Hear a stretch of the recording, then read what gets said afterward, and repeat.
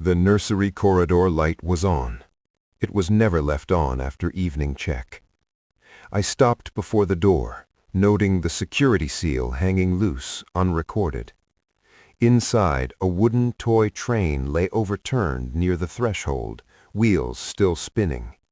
No entry logged, no staff assigned. I reached for the radio, then froze. From behind the door came a child's voice, strained and panicked, begging not to be locked inside. The guard stood alone in the nursery corridor, boots planted on the polished stone that always felt a degree colder here. Night checks followed a fixed rhythm, lights off, doors sealed, logs clean. Tonight, the rhythm was broken. The overhead light burned softly above the nursery door, casting a thin line beneath the frame. It was a small thing, but the palace ran on small things being exactly right. He crouched and examined the seal tag hanging from the handle. The adhesive was torn, not cut. No residue on the latch. Someone had peeled it back and pressed it again, poorly. His glove brushed the tag, and it swung, whispering against the brass. He keyed his tablet and pulled the access log. The screen populated slowly, then settled into a neat list of authorized entries. The nursery line was blank after 1900 hours. No entries, no exits. That alone would have required a report. He listened. The corridor carried sound in odd ways. Air vents hummed, distant steps echoed like water in a pipe. From inside the nursery came nothing. He checked the duty board on his tablet. Evening staff assigned to the nursery included one senior attendant and a tutor until 2000 hours. The attendant's badge showed a clock out at 1847. The tutor's badge showed reassignment to the West Wing at 1830. Unauthorized. No supervisor approval attached. He straightened, weighing procedure. Protocol required contacting the shift supervisor before entering any royal private space after hours. The supervisor was 2 floors away in a meeting that would take time to interrupt. He reached for his radio anyway, thumb hovering over the transmit key. He paused when he noticed the toy. A small wooden train lay on its side near the door, its painted wheels still. It was never left there. The attendants were precise to the point of irritation. Toys were boxed and shelved before lights out. He nudged it gently with his boot. The train rolled a few inches and stopped against the skirting board. He keyed the radio halfway, then stopped. A sound cut through the corridor, thin, unsteady, unmistakably human. A child's breath caught between words. The sound pressed through the door, low but urgent. He leaned closer, ear near the wood. "Don't lock me in." The words were quiet, fraying at the edges. The guard's jaw set. Procedure narrowed his options. Instinct narrowed them further. He stepped back once, eyes on the door, mind moving through contingencies. Unauthorized access, missing logs, a distressed child. He logged a preliminary incident note with his free hand, time-stamping the anomalies. His finger hovered over the supervisor call again. The voice came again, closer now, as if the child had moved toward the door. The guard felt the tension gather in his shoulders, a familiar weight. He took a breath, slow, measured. He placed his palm flat against the door and felt the faint vibration of movement inside. He did not transmit. He shifted his stance, setting his feet, and raised his boot. Before he acted, he forced himself to check one more detail. He glanced at the ceiling camera above the door. The indicator light was dark. Power off, not obstructed. Another violation. He documented it with a quick image capture, then slid the tablet back into its sleeve. The palace taught patience. The job taught timing. This was the moment where delay became risk. He struck the door just below the latch. The sound cracked down the corridor, sharp and final. The lock gave way on the second impact. The door swung inward, colliding with a low cabinet. Warm air rushed out, carrying the smell of soap and paper and fear. Inside, the nursery lights were dimmed to night mode. Furniture had been moved. A small table lay on its side, chairs pushed together to form a barrier. Behind it, Prince James crouched, knees drawn to his chest, fingers white around the sleeve of his pajama top. His eyes fixed on the guard's boots, then lifted slowly to the uniform. Recognition came in stages, confusion, then relief that broke into a quiet sob he tried to swallow. The guard closed the door behind him with care, leaving it ajar. He lowered himself to one knee, keeping distance, voice even. "You're safe," he said, once. He did not repeat it. Repetition could feel like pressure. The child shook his head, a small, exhausted motion. He did not stand. The guard scanned the room quickly. No visible injuries, no blood. The windows were locked from the inside. The emergency call button by the bed had been unplugged, its cord tucked behind the nightstand, another detail to log. "Can you come here?" the guard asked, extending a hand but not moving closer. Prince James hesitated, then crawled forward, the barricade scraping softly as he passed. The guard noted the scrape marks on the floor, fresh, shallow. He wrapped a blanket around the child's shoulders without comment and guided him to sit on the bed. He radioed then, concise and controlled. "Nursery breach. Child located. Medical and supervisory response required." He gave the time, the location, nothing more. He did not assign blame over the air. Within minutes, footsteps approached. The guard positioned himself between the door and the bed, posture neutral but immovable. The first to arrive was a junior supervisor, breath tight, eyes moving too quickly. The guard briefed him with facts only. Seal compromised, logs missing, camera offline, child distressed. He handed over the tablet for review, keeping the original images secured. The supervisor nodded, already shifting into containment mode. He ordered the corridor cleared and called for medical staff. When a senior attendant arrived, her explanation came too fast. Miscommunication, schedule changes, a mistake. The guard listened without interrupting, noting the absence of timestamps, the lack of authorization codes. He asked for nothing yet. As the child was examined, gentle hands, quiet questions, the guard stood watch. He watched the adults more than the child now, who avoided eye contact, who lingered near the door, who asked about reports instead of the boy.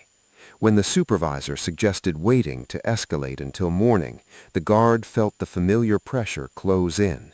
He nodded once, non-committal, and added a final note to the log. Immediate risk observed, forced entry justified. He saved it to the secure system, where it could not be altered without trace. The nursery grew quiet again, but it was a different quiet.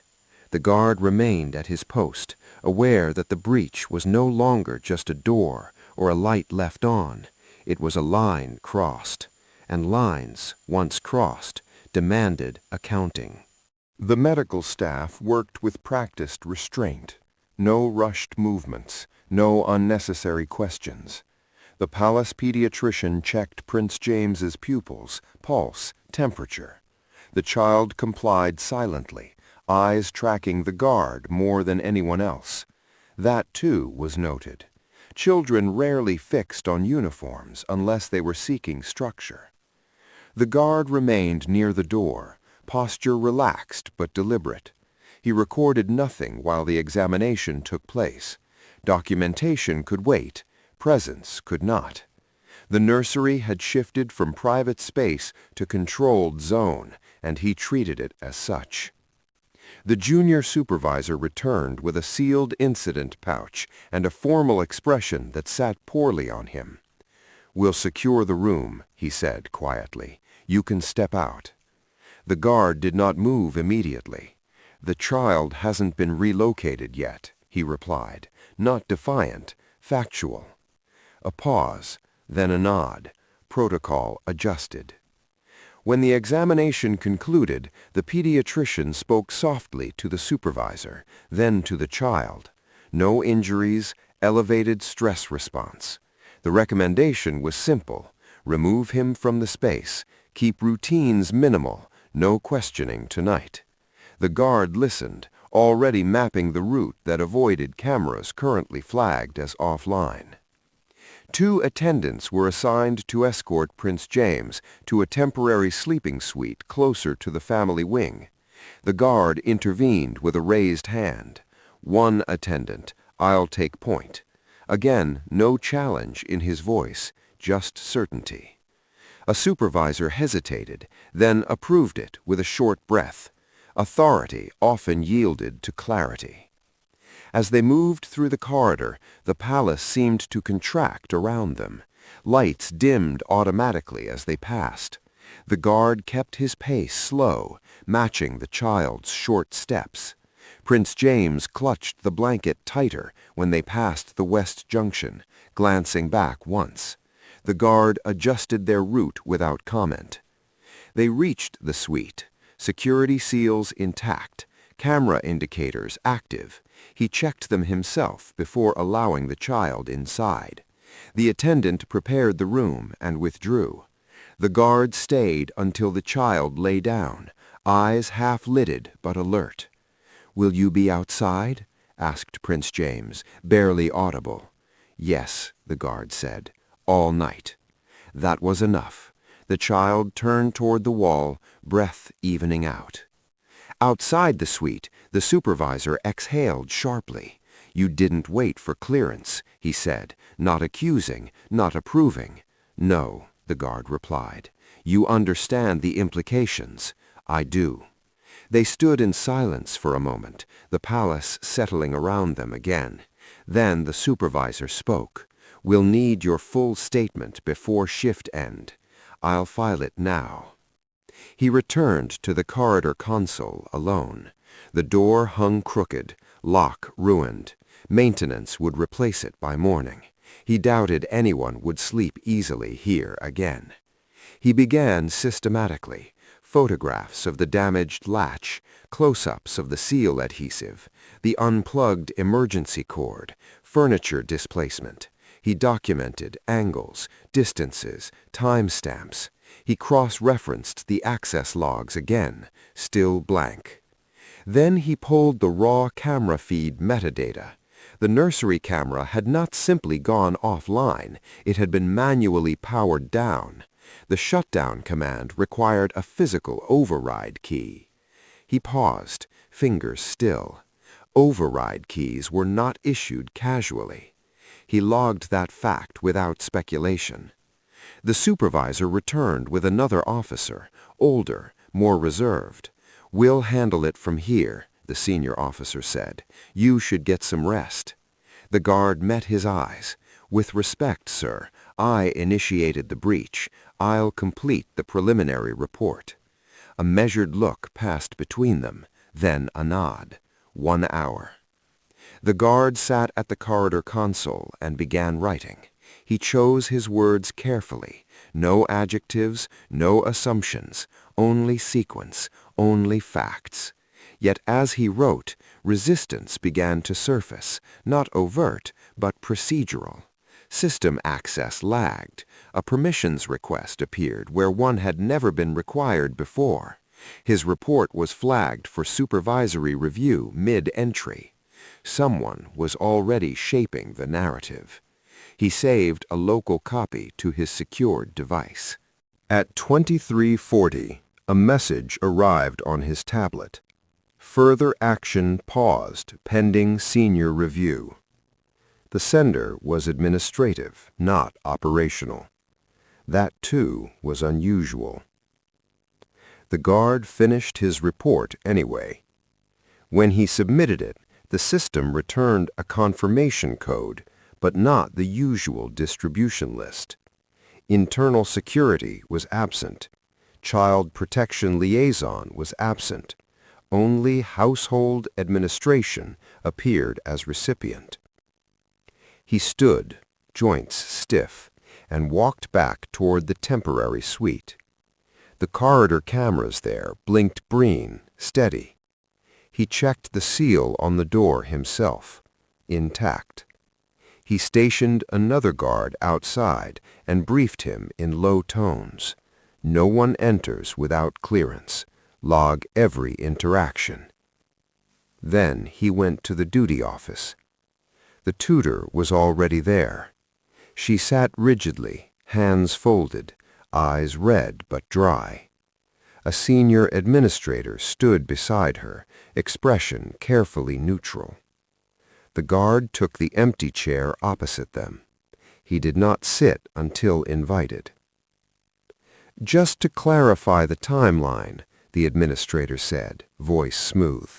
"The tutor was reassigned at 1830 due to a scheduling overlap." "Who approved the reassignment?" the guard asked. A glance passed between them. It was verbal. "From whom?" Another pause. "Household authority." The guard noted it. No written authorization, no digital record. The administrator smiled faintly. "Not everything is digital." "Security assignments are," the guard replied. The tutor spoke then, voice small. "I was told it was temporary. I didn't think—" The guard raised a hand gently. "I only need facts." She swallowed.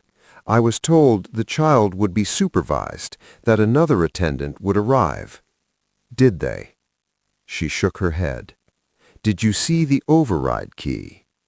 Her eyes flicked up, startled. "No." The administrator intervened smoothly. "That line of questioning may not be necessary." "It is," the guard said, calm. "The nursery camera was manually powered down." Silence settled. The administrator's expression tightened just slightly. "We'll look into that," he said. The guard stood. "Please do. I'll be filing an addendum." As he left, he felt the shift clearly now. What had begun as a breach was becoming containment, not of risk, but of information. He returned to his post outside the suite. The palace hummed softly, systems cycling, staff moving quietly in the background. Inside the room, Prince James slept. The guard stood watch, aware that the forced entry had solved one problem and created another. Doors, once broken, could not be quietly repaired. And whatever happened in the nursery was not finished moving through the palace. Morning light entered the palace reluctantly, filtered through high windows and heavy drapery. The guard had not left his post.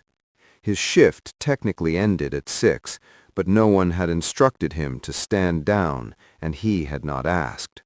Protocol allowed continuity when a child protection incident remained unresolved. He took quiet advantage of that allowance. Prince James slept through most of the early hours. When he woke, there were no questions, only a tray placed gently on the side table and a nurse standing at a respectful distance. The guard observed through the open doorway, eyes on routine details, what was touched, what was avoided, what required permission. At 8 sharp, the palace resumed its administrative rhythm. That was when the contradictions began to surface. The guard was summoned to internal security offices, a narrow suite with sound-dampened walls and no windows.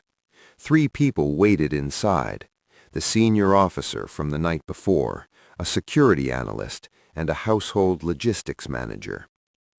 The analyst activated a wall display showing duty rosters. "Let's confirm personnel assignments," the senior officer said. The roster showed the nursery attendant clocking out early, citing illness. The timestamp had been logged at 18:45, 2 minutes after her badge recorded exit from the building. "That's not possible," the guard said quietly. The logistics manager cleared his throat. "Sometimes entries are batched." The analyst zoomed in. This one wasn't. Next came the tutor's reassignment. The system showed an override approved by an administrative account with limited authority. That account was not permitted to modify child area coverage. "Whose account is that?" the guard asked. The logistics manager hesitated. "It's shared for scheduling flexibility." The senior officer's eyes narrowed. Shared accounts were discontinued last year. Silence followed, not denial, delay. They moved to surveillance. The nursery corridor cameras showed a clean feed until 1829. At 1830, the feed cut cleanly to black. No static, no distortion, a deliberate shutdown. "Maintenance?" the senior officer asked. The analyst had his shade. No work orders, no faults reported. The guard leaned forward. "Show the west junction." That feed remained active. At 1832, it captured the tutor leaving, badge visible. No replacement entered afterward. The corridor stayed empty for nearly 40 minutes. Someone had to know the gap existed. You don't power down one camera and leave the rest live by accident. The logistics manager shifted. "This is still under review." The guard noted the phrasing, not investigation. Review implied discretion. After the meeting, he requested staff interviews. The first attendant repeated her statement: illness, early departure. She could not explain the timestamp discrepancy. The second attendant claimed she had been reassigned verbally, but could not name who issued the instruction. The guard wrote it all down. The tutor was next. This time, no administrator sat beside her. "I was told the schedule changed, that Prince James would be with family." "By whom?" the guard asked. She hesitated longer than before. "I assumed household." "That's not a name." Her eyes flicked to the door. "I didn't question it." The guard did not press. Pressure distorted memory. Instead, he asked about the override key. She frowned. "I didn't know one existed." He believed her. She had no reason to lie about that. Between interviews, he reviewed access logs again. The override registry showed no active use. That was impossible. Manual shutdowns required physical authentication, which meant someone had removed the key from the system entirely or used one that was never logged. Both options were deeply concerning. By midday, resistance became more visible. His requests took longer to approve. Files arrived partially redacted. One interview was postponed without explanation. When he asked why, the answer was polite and vague: sensitivity. The guard returned to the suite to check on Prince James. The child was seated at a small table, drawing. He paused when he saw the uniform. "You came back," he said. "Yes," the guard replied. That was all that needed to be said. As he left, he passed two senior staff members speaking in low voices. One stopped mid-sentence when he approached. The other nodded too quickly. The guard understood then. The inconsistencies were not accidental. They were being managed. The afternoon briefing confirmed it. Internal security presented a preliminary summary that emphasized procedural confusion and isolated technical failure. The language was careful, rounded at the edges. No mention of override keys, no mention of missing logs beyond system delay. The guard listened without interruption. When the briefing concluded, he spoke once. "The camera was manually shut down," he said. "That requires intent." A pause followed. The senior officer responded evenly. That conclusion hasn't been substantiated. It has, the guard replied, by the system architecture. Another pause, this one longer. We're trying to avoid escalation, the logistics manager said. Escalation isn't a choice, it's a result. No one contradicted him, but no one agreed. After the briefing, he was quietly removed from further interviews to preserve objectivity. A replacement officer was assigned, competent, courteous, less invested. The guard returned to documentation. Alone now, he rebuilt the timeline himself, minute by minute. Who moved, who didn't, where silence fell. At 1828, Nursery sealed. At 1830, camera shut down. At 1832, tutor exits. At 1915, child audibly distressed. No adult presence recorded in that interval. That absence was the story. He encrypted his timeline and stored it separately. Redundancy was not paranoia, it was survival. That evening, he received a message from a junior analyst, unofficial. Check the historical key logs, it read, not the active registry. He did. Buried in archival access records was a decommissioned override key, retired years ago, but never destroyed. Its last recorded location, Household Authority Storage. Its last access timestamp, the previous evening. The guard sat back slowly. This was no longer about scheduling errors or careless staff. It was about authority reaching into a protected space and assuming silence would hold. He reported the finding through official channels. The response was immediate and restrained. "Thank you," came the reply. "Further handling will be managed at senior level." He knew what that meant. That night, as he stood outside the suite once more, the palace felt different. Not hostile, controlled, too controlled. Prince James slept, unaware of timelines and logs.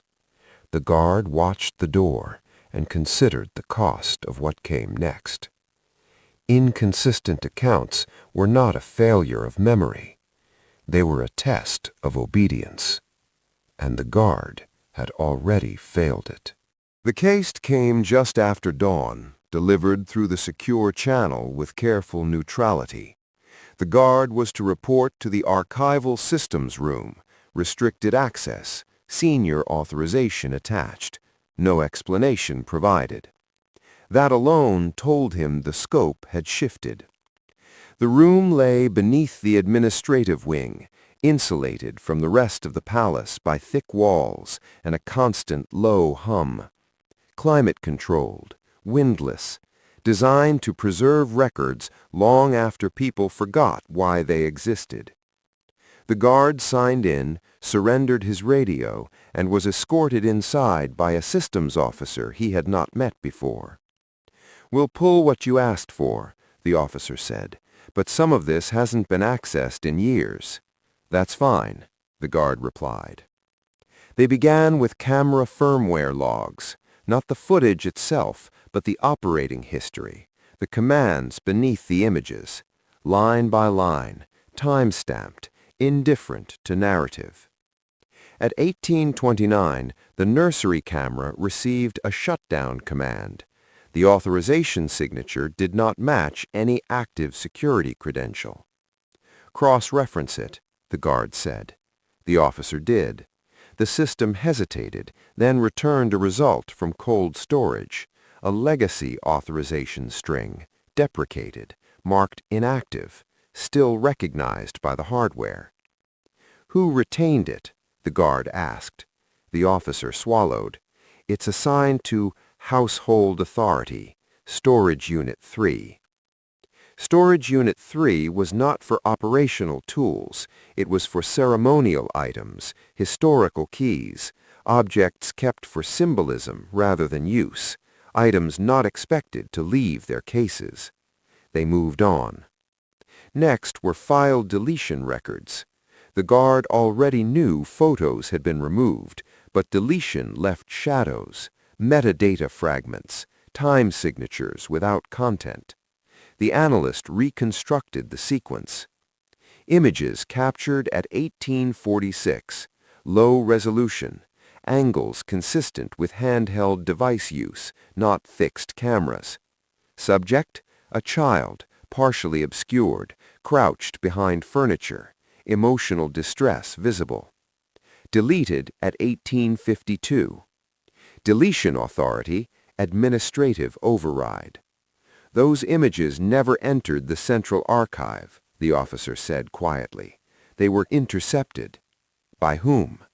The officer did not answer. He did not need to. The guard felt the shape of it forming now. Not negligence, not confusion, but intervention. Someone had seen what was happening and chosen to remove the record rather than the risk. They accessed key control logs next.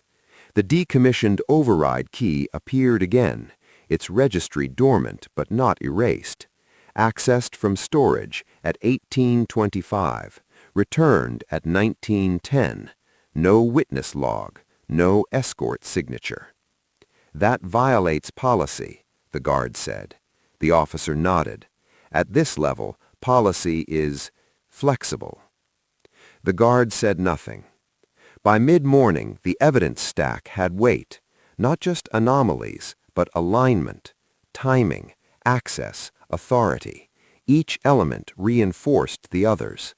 Alone, any one could be explained away. Together, they formed intent.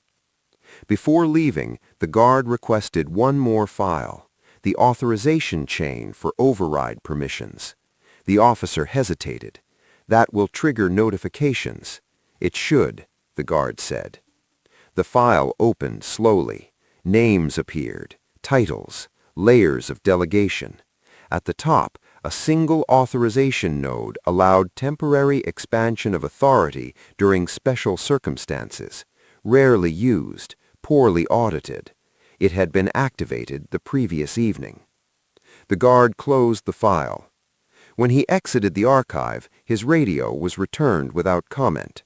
Outside, the palace was awake now. Staff moved with purpose. Doors opened and closed. Normalcy reasserted itself quickly in places like this. He walked directly to internal security and submitted a sealed evidence packet. He requested confirmation of receipt and external review.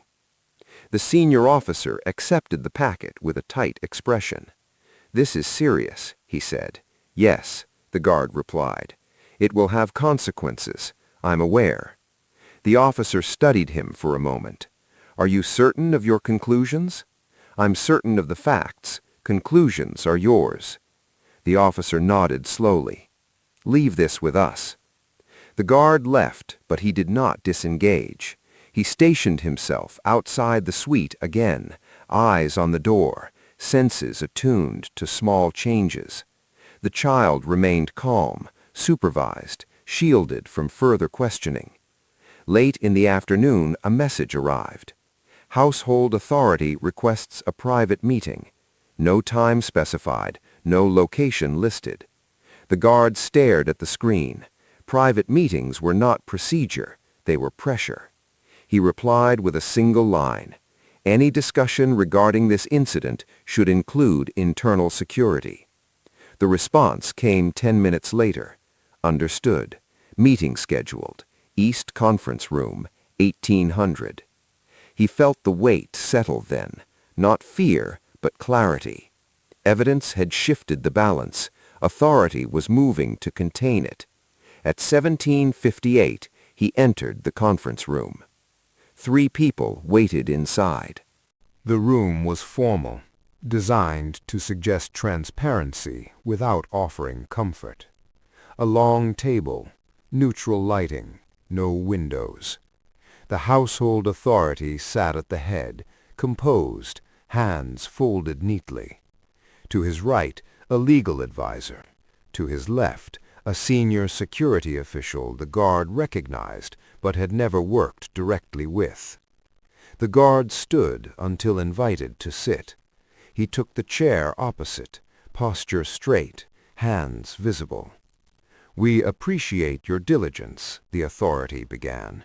His voice was measured, practiced. "This has been a sensitive matter." "Yes," the guard replied. "We are prepared to acknowledge procedural missteps," the authority continued, "but intent is a serious allegation." "I did not allege intent," the guard said. "I documented actions." The legal advisor made a small note. The authority inclined his head. "Then let us discuss those actions. The override key. It was removed from storage and used. That is recorded." "It was returned," the authority said. "Yes," the guard agreed, "after the event." The authority's mouth tightened briefly. "The photographs." "Captured and deleted under administrative override. For privacy." "Privacy does not require deletion. It requires protection." Silence followed. The senior security official shifted slightly. "You must understand that discretion is sometimes exercised to prevent unnecessary escalation. The child was not harmed. He was confined and frightened." The authority's gaze sharpened. "You are not being asked to make moral judgments. I am tasked with protecting, including from misuse of authority." The words landed without emphasis. That made them heavier. The legal advisor cleared her throat. "This inquiry can proceed in several ways. Cooperation will be noted." "So will obstruction," the guard said. The authority studied him for a long moment. "You have placed yourself in a difficult position." "I was placed there by the situation," the guard replied. Another pause. The authority leaned back. "Internal review will continue. In the meantime, your involvement will be limited. This is not punitive." "I understand," the guard said. He did understand. Limitation was containment. When the meeting ended, no resolution was offered, only assurances, the kind that smoothed surfaces while leaving foundations untouched. That night, internal security notified him formally. An inquiry panel would be convened. His evidence was accepted into record. The authority under review would step back temporarily from direct oversight of child-related spaces. It was not accountability, but it was movement. The guard returned to his post outside the suite. The corridor was quiet, the door seal intact. Inside, Prince James slept, a small figure in a large room. The guard stood watch, aware now that evidence had changed the nature of the conflict. This was no longer about whether something had gone wrong. It was about whether the institution would allow itself to see it, and whether those who enforced its rules were willing to be counted among its failures or its corrections. The inquiry panel convened without ceremony. No announcement, no gathering of observers. 3 names appeared on the notice, all senior, all distant from daily operations. The guard recognized the pattern immediately, authority insulating itself by elevation. He was summoned to present his account again, this time not as an initiator, but as a witness. The room was larger than necessary, its table polished to a reflective dullness. The panel members sat evenly spaced, tablets aligned, expressions professionally neutral. A recorder light glowed red in the corner. "State your role in the incident," the chair began. The guard did not embellish. He outlined sequence and decision points, the unsecured nursery, the missing logs, the child's voice, the forced entry, each step grounded in time and record. He avoided interpretation unless asked directly. "Why did you not wait for clearance?" one member asked. "Because delay would have increased risk. The child was audibly distressed. Multiple safeguards had already failed." "Protocol exists to prevent unilateral action," another said. "Yes," the guard answered, "and exceptions exist for imminent harm." The chair nodded once, neither approval nor rejection. "You then continued independent documentation despite instructions to pause." "I ensured record integrity," the guard said. "There were indications of data suppression." A silence followed. The recorder hummed. "You are aware," the chair said, "that continuing without authorization can be interpreted as insubordination." "I am aware," the guard replied. "Yet you proceeded." "Yes." The panel exchanged brief looks, not surprise, calculation. After the session, he was informed of interim measures. He would be reassigned temporarily, away from child-adjacent duties, to preserve neutrality. His access to archival systems would be suspended. All further communication would go through the panel liaison. The language was careful. The effect was clear. He handed over his secondary credentials without comment. He had anticipated this. Before leaving the building, he confirmed that his evidence packet remained sealed and logged. It did. The reassignment placed him at a perimeter post, quiet, controlled, far from the palace interior. From there, the palace appeared serene, almost inert. Walls held their secrets well from the outside. Pressure came in subtler forms now. A senior colleague stopped by, voice low, tone sympathetic. "You've done enough. Let it settle."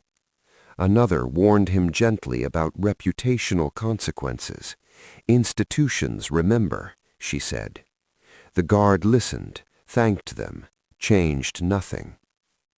At night, he reviewed what remained accessible: policies, historical cases, patterns. He noted how often inquiries concluded with procedural adjustment rather than responsibility, how often reassignment followed discomfort. He received no updates on Prince James. That omission weighed more than any formal reprimand. On the fourth day, the panel requested a supplementary statement, this time focused narrowly on decision rationale, not facts, reasoning. He understood the intent: to isolate judgment, to separate action from evidence. He wrote carefully. He described the sound of the child's voice, the absence of authorized supervision, the disabled emergency call. He cited policy clauses and exceptions. He avoided emotional language entirely. When he submitted it, the system flagged the document for senior review within minutes. The next communication came not from the panel, but from the Office of the Household Authority. "Your cooperation is noted. Further escalation is unnecessary."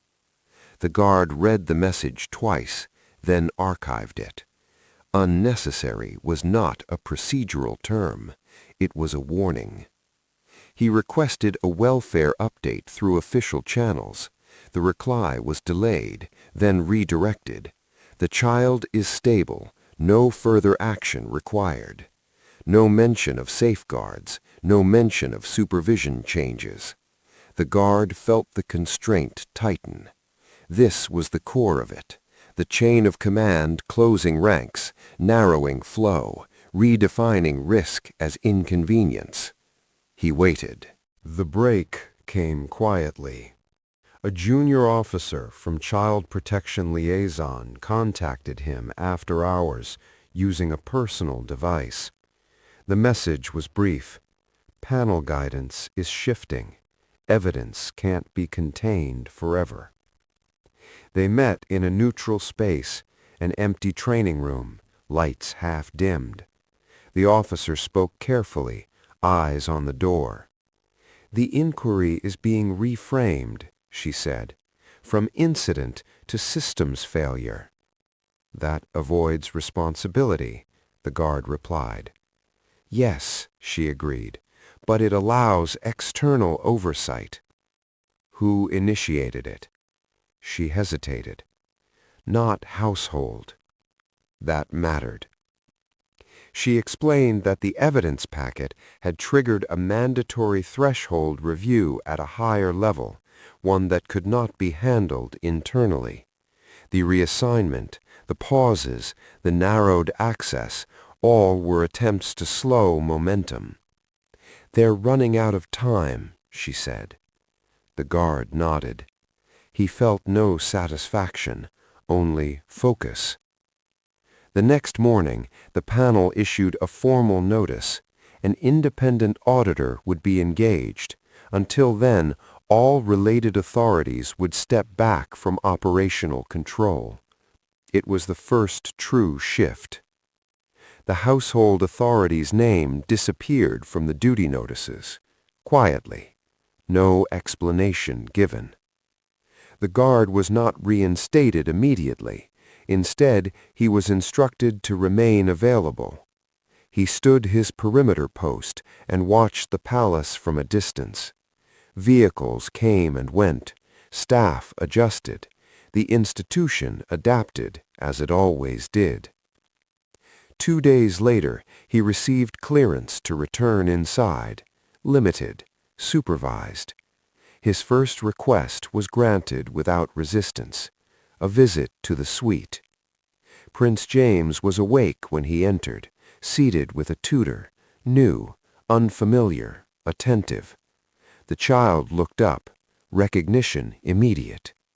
"You came back again," he said. "Yes," the guard replied. The tutor glanced between them, uncertain. The guard nodded once to reassure her. He did not linger. Outside, he logged the visit. Routine, professional. But inside, something settled. The chain of command had not broken, but it had bent. And bending, the guard knew, was often the first sign that weight had finally been applied in the right place. He returned to duty aware that his role was no longer central, but necessary. Institutions resisted change until confronted with continuity, the steady presence of someone unwilling to look away. The next phase would not be loud, but it would be decisive. The request for testimony was framed carefully. No one used the word interview. It was referred to as a supportive clarification session, conducted under clinical oversight, with safeguards layered thickly enough to reassure everyone involved, except the child. The guard was notified after the decision had already been made. He reviewed the conditions in silence. Pediatric psychologist present, child advocate assigned, recording limited to written transcript unless distress indicators rose. No household authorities in attendance. Internal security observer seated behind a one-way partition. It was as clean as such things could be made. The guard's role was defined narrowly, standby presence, visible but silent, familiar but not leading. He accepted without objection. Influence, even unintentional, would compromise the account. The room chosen was deliberately ordinary. Low table, soft light, no insignia on the walls. The temperature was set slightly warmer than standard, a small concession to comfort. Prince James entered holding a neutral object, a smooth wooden block provided by the psychologist. He did not look at the adults immediately. He sat, legs not quite reaching the floor, shoes swinging once before going still. The guard positioned himself near the door, within the child's line of sight, but outside the conversational circle. He rested his hands behind his back. He became furniture. The psychologist spoke first. Her voice was steady, unhurried. She explained what would happen, what would not, that the child could stop at any time, that there were no right or wrong answers. The child nodded, eyes on the table. The first questions were not about the incident. They were about routine. What time he usually went to bed. Who read to him. Which light stayed on at night. His answers were precise, consistent. He did not embellish. When the questions shifted toward that evening, the guard felt the room tighten, not in volume, but in focus. "Do you remember being in the nursery after the lights were dimmed?" the psychologist asked. The child nodded again. "Was anyone with you?" "No." The word landed softly, no hesitation, no uncertainty. "What happened then?" The child turned the wooden block in his hands, slowly, once, twice. He did not look up. "I was told to stay quiet," he said. The psychologist waited. Silence was allowed here. "Who told you?" He paused longer this time. His foot tapped once against the chair leg, then stilled. "An adult," he said, not defiant, careful. "Did you know them?" "Yes." The guard watched the child's shoulders. They were tense, but not shaking. This was recollection, not panic. "What did the adult do?" The child's fingers tightened on the block. "They moved things," he said, "so I couldn't open the door." The psychologist asked gently, "Did they explain why?" The child shook his head. "No, they said it was for a little while." "How did that make you feel?" The child frowned, as if searching for the correct term. "Like I was wrong," he said, finally. The guard felt the weight of that sentence settle into the room. The psychologist acknowledged it without commentary. "What happened next?" "I waited," the child said. "I tried the button. It didn't work." The guard noted the alignment with the unplugged emergency cord. "Did you call out?" Prince James nodded. "At first, no. Then, yes." "Why did you wait?" "Because I was told to." The psychologist let the silence stretch again. Then, "What changed?" The child's eyes lifted briefly, flicking toward the door, toward the guard, then back down. "I thought maybe someone would hear me anyway." The room remained quiet. The advocate made a small note. The observer behind the glass did not move. No one interrupted. No one prompted. The child had more to say. "When I heard the door," Prince James continued, voice still low, "I thought it was them coming back." "Who?" the psychologist asked. "The adult." "And then?" "And then it was him," the child said, nodding toward the guard without looking directly at him. "The door broke." The psychologist allowed a small, reassuring smile. "What did you feel then?" "Relieved," the child said. He did not hesitate this time.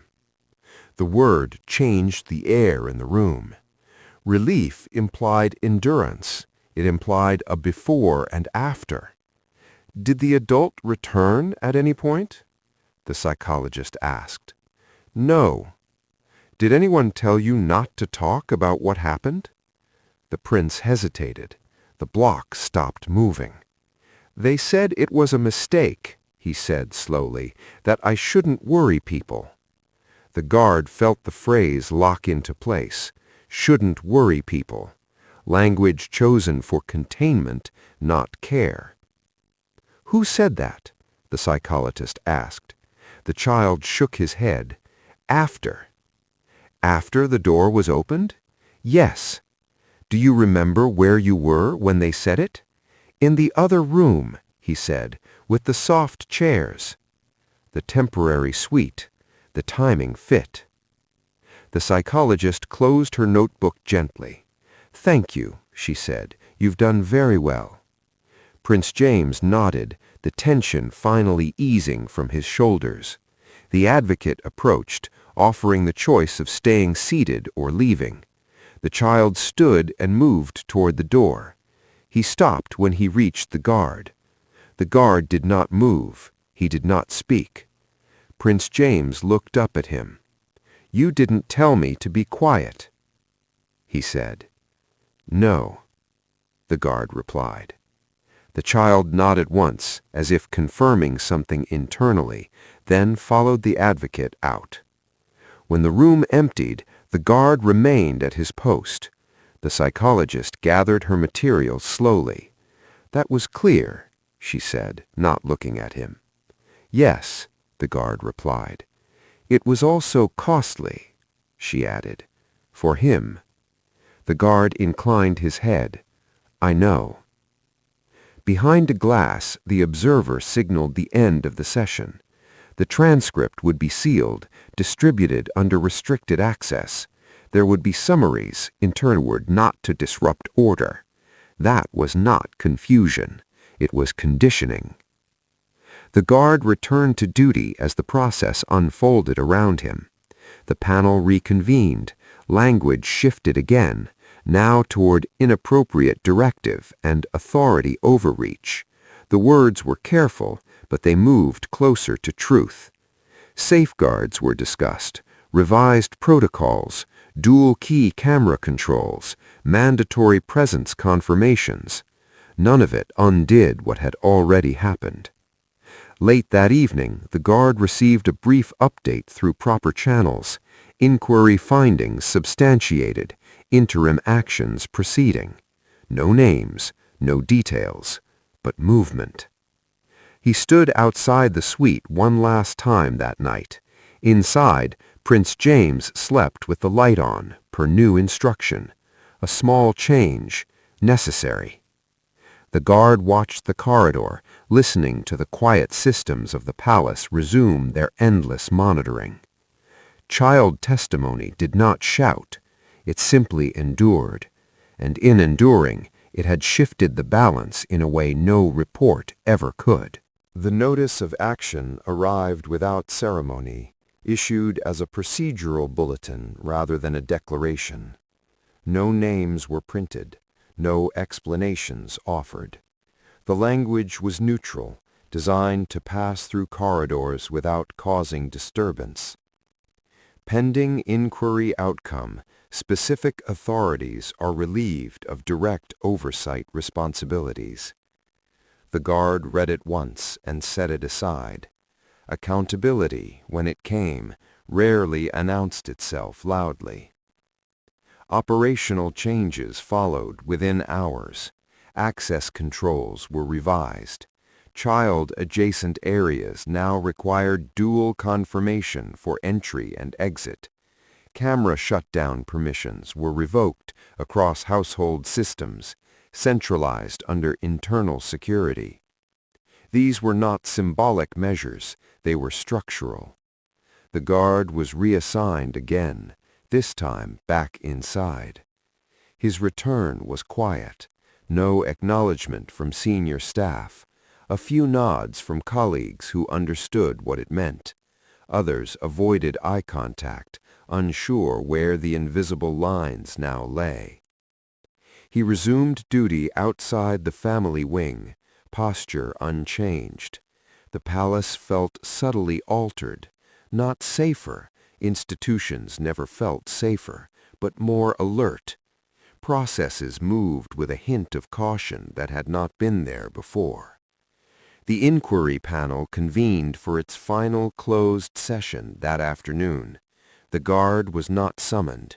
His evidence spoke for itself now. Instead, he received a request from internal security to review the implementation of interim safeguards. It was an operational task, grounded and practical.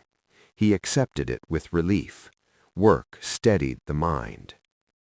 As he inspected access points and verified new logging procedures, he noted resistance in small ways. A senior administrator questioned the necessity of redundant checks.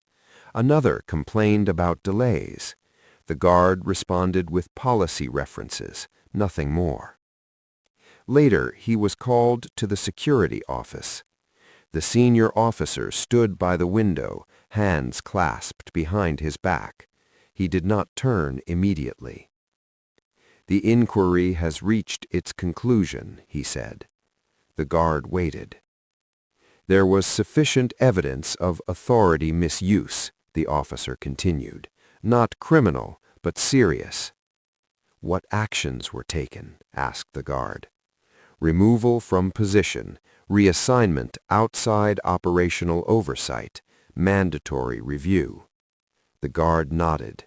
That was more than he had expected, less than the harm warranted. Institutions measured accountability differently than individuals. "The findings will remain internal for now," the officer added. "For now," the guard echoed. The officer turned. "You're aware this will affect your career?" "Yes." "And you would do it again?" The guard considered the question, then answered simply, "Yes."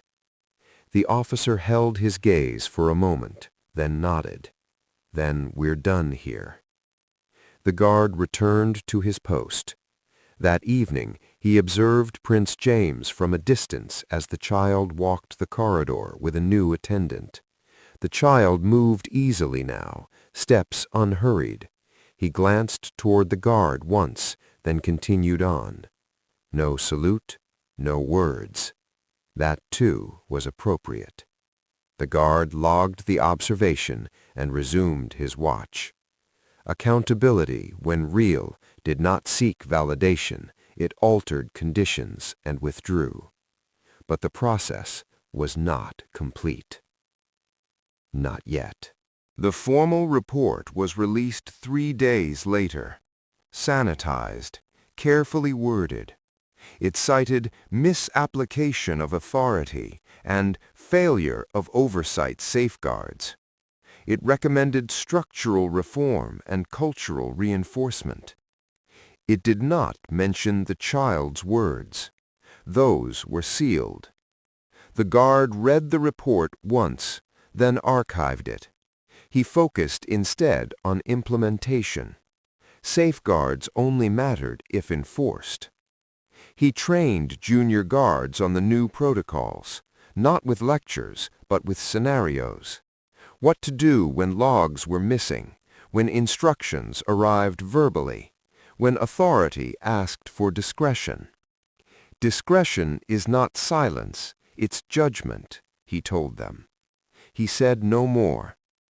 The palace adjusted, slowly. Cameras stayed live, logs populated fully. Staff learned to document before moving. Some resented it, others welcomed the clarity. The household authority did not return to their former role. A replacement was appointed, publicly framed as routine rotation. Internally, the message was clear. Lines existed. Late one night, the guard was relieved early. As he handed over his post, a junior officer asked quietly, "Was it worth it?" The guard paused, considering the question carefully. It wasn't about worth, it was about obligation. He left the palace grounds and walked into the cool night air. The stone walls behind him stood unchanged, holding centuries of decisions, some just, some not. Inside, Prince James slept under new procedures, new watchfulness. Not perfect protection, but better. The guard understood that accountability was rarely complete. It arrived in portions, in constraints, in precedents. But precedent mattered. He returned the next day to routine duty. No special assignments, no recognition. That was how institutions absorbed disruption, by normalizing it. And that, the guard knew, was acceptable. Because the true measure of accountability was not acknowledgement. It was the absence of repetition. And as long as he stood watch, that absence would be defended. The palace moved slowly back into rhythm. Corridors that had felt tense now carried only the usual hum of housekeeping carts and distant footsteps. Guards passed each other without comment, performing their checks and noting schedules, all systems returning to procedural cadence. Yet for the guard, observation had not ended. Vigilance had only shifted from crisis to subtle oversight. He returned to his post outside the suite, familiar now with the child's new routines. Prince James had begun to receive consistent supervision. A new schedule was enforced, dual staff presence, staggered check-ins, and updated logging protocols that could not be bypassed. Cameras were fully operational. Every door, every lock, every emergency override was verified multiple times per shift. The palace had absorbed the lessons quietly, but structurally there were changes. Even so, the guard remained alert. He observed the small details others overlooked: a slightly ajar cupboard door, a misplaced toy, a staff member pausing longer than protocol dictated at a corner intersection. Each anomaly, no matter how minor, was noted and logged. This was his standard now, an invisible presence watching for subtle irregularities before they could escalate. The child, Prince James, adjusted to the changes gradually. He responded to the guard's presence with calm acceptance. The fear that had previously marked his movements had softened, replaced with trust that grew quietly over weeks. The guard never prompted conversation. He merely maintained proximity, his watchful eyes and ready stance offering assurance without interference. At times, senior staff observed him, not overtly, but their glances were measured, acknowledging that his diligence was no longer a routine. It had become a safeguard in itself. They did not intervene unless necessary. Protocol had shifted subtly, respecting the lesson that one vigilant guard could influence systemic change. The guard took note of external threats too. Delivery schedules, vehicle movements, and access to restricted areas were reviewed daily. Even the smallest irregularity, a car parked slightly outside its assigned bay, or a maintenance log submitted late, was enough to trigger a manual review. This process became methodical, precise, unemotional. Discipline and observation replaced instinct as a tool, though instinct remained ready to intervene should subtle cues indicate immediate risk. The palace itself felt different, not in walls or furnishings which remained unchanged, but in the rhythm of supervision. Staff moved with heightened awareness. Decisions were no longer executed by rote. Approvals were confirmed, logbooks were verified, and children's routines adhered to with exacting care. The subtle authority of vigilance permeated the institution, though unspoken. The guard documented everything. Routine patrol logs now included notes on child engagement, staff adherence to protocols, and system anomalies. His reports were read by internal security and archived, providing a record of continuous vigilance that could not be ignored. In time, his records would be cited as examples of procedural compliance interwoven with instinctive protection. Yet even with these structural improvements, he maintained emotional distance. No speeches, no commentary, no moralizing. Each observation, each logged detail was objective. The human element, the fear and resilience of Prince James, remained central, but the guard's role was silent, functional, and continuous. At the end of each shift, he stood outside the suite one last time, eyes on the sleeping child. Small, delicate routines repeated nightly. The light slightly dimmed, the door securely locked, a soft sigh as the child settled. The guard's presence was unobtrusive but complete, a silent assurance that the past would not repeat. Weeks passed. Procedures embedded themselves into daily life. Minor incidents, misplaced objects, delayed meals, momentary door anomalies were corrected immediately, documented and reviewed. Prince James learned to rely on consistent structure.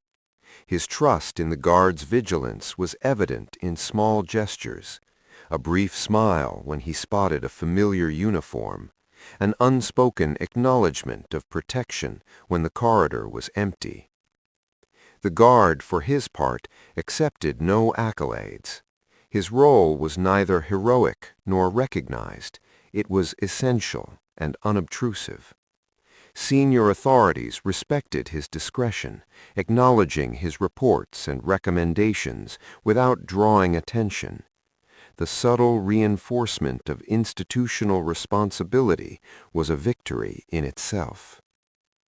He began informal mentoring of junior guards, emphasizing observation, methodical documentation, and measured intervention. Presence is protection, he told them quietly, demonstrating that influence came not from authority alone, but from attentiveness, foresight, and adherence to both procedure and instinct. His teachings were practical: how to identify anomalies, prioritize risk, and maintain composure under pressure. Emotional restraint was part of the instruction. Moral clarity came from action, not rhetoric.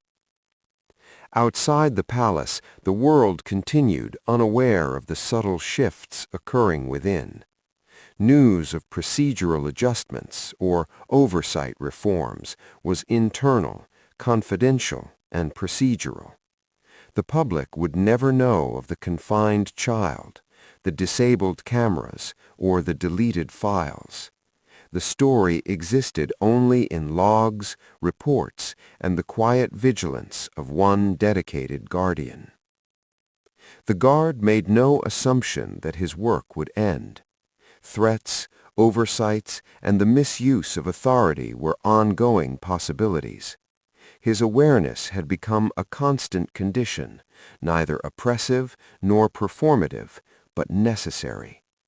Even as the palace resumed normal operations, he knew that the balance between protocol and instinct was delicate, and that protection required perpetual attentiveness. One night, standing outside the suite, he noticed a minor irregularity, a lock that had clicked too softly. No child was present in the hallway, no staff nearby. He approached silently, tested the mechanism, and logged the anomaly. Corrective action was initiated immediately. A small victory, procedural yet meaningful. The palace slept, unaware. Prince James slept, reassured. The guard remained vigilant, as he always would. His role, quiet and unobtrusive, had shifted the institution toward accountability without fanfare. Rules were reinforced, lines of authority respected but monitored, and most importantly, a child's safety was no longer incidental. In the quiet that followed, he understood the permanence of his presence. Institutions could adjust, authorities could be redirected, but vigilance endured. And as long as he watched, no small detail would go unnoticed, no cry unheard, no protocol ignored in the service of safety. The palace was structurally unchanged, yet fundamentally different. and the guard, steady and silent, remained at the center of that quiet transformation.